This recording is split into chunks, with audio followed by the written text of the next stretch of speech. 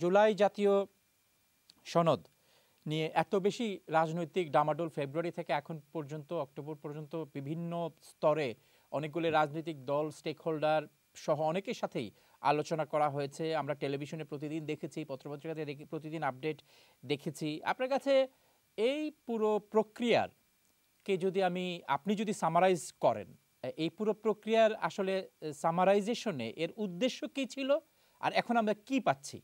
জি, আমার বিবেচনায় 1971 সালের পরে, অ্যাকচুয়ালি 70 সালের পরে যদি বলা হয় যে জাতি হিসেবে বাংলাদেশের সকল নাগরিক অথবা ম্যাক্সিমাম নাগরিক একাত্মবোধ করেছে, ইউনাইটেড হয়েছে, তাহলে 71-এর পরে এই 2024-কে ধরতে হবে।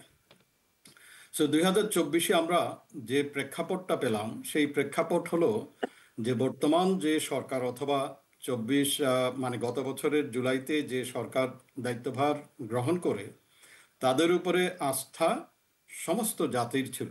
হয়তোবা কিছু অংশ যারা আওয়ামী লীগ এবং তার সমর্থক ছিল তারা ব্যতিরেকে বাকি মোটামুটি সবাই এই সরকারের উপরে এক ধরনের আস্থা রেখেছিল।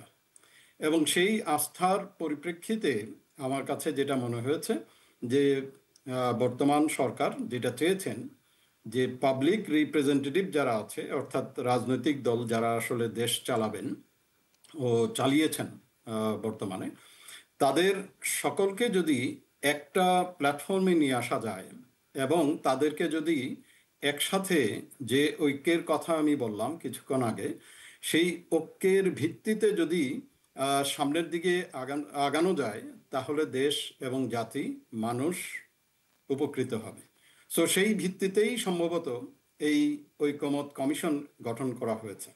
এখন ঐকমত্য কমিশনের যে কার্যক্রম আমরা বিগত কয়েক মাস ধরে যেটা দেখেছি, তাতে করে ভিন্নমত থাকতেই পারে। সেই ভিন্নমত যার যার পার্সপেক্টিভ থেকে ওনারা দেখবেন, রাজনৈতিক দল তাদের নিজস্ব বিবেচনা আছে, সেই বিবেচনা অনুযায়ী তারা দেখেছেন এবং দেখে নোট অফ ডিসেন্ট কিছু কিছু জায়গায় নোট অফ ডিসেন্ট দিয়েছেন।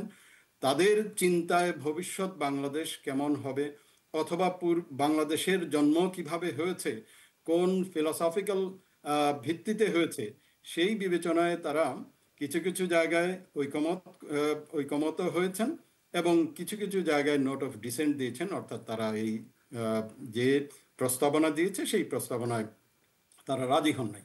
কিন্তু আমি মনে করি যে এই ঐকমত্য কমিশনে যে কথাগুলো হলো, অর্থাৎ বাংলাদেশের যতগুলো রাজনৈতিক দল আছে তারা একসাথে বসেছেন, কথা বলেছেন, এটা কিন্তু this is a beauty of democracy আমার কাছে মনে হয়েছে আর কি।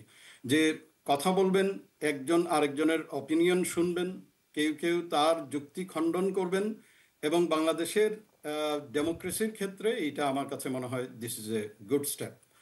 যে সকল মতভিন্নতা আছে সেই সকল মতভিন্নতা আলোচনার মাধ্যমে ভবিষ্যতে আমার ধারণা যে একসাথে হবেন অথবা মেজরিটি যে কথাগুলো বলবেন, মেজরিটি যে জায়গাতে ঐকমত স্থাপন করবেন সেই অনুযায়ী দেশ চলবে।